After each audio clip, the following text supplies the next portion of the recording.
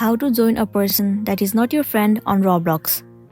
The very first thing you want to do is to head over to your application Roblox. Enter your login credential and then log into your account. Once you are logged in, it will land you on this homepage of Roblox. You can scroll down and tons of different games will be visible to you.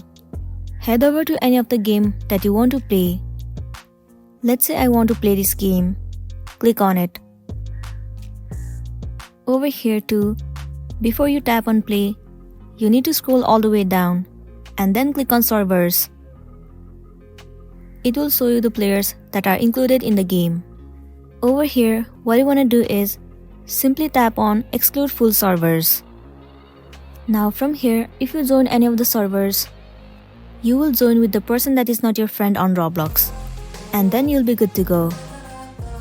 Likewise, you can move into any of the game that you want to and join with the people that are not your friend on Roblox. You can also include your friends if you want to. So that's it for today, and this was a tutorial free on how to join a person who is not your friend on Roblox. I really hope this video is going to be helpful for you. If it does, please make sure to like and subscribe to our channel. And thank you for watching it till the end.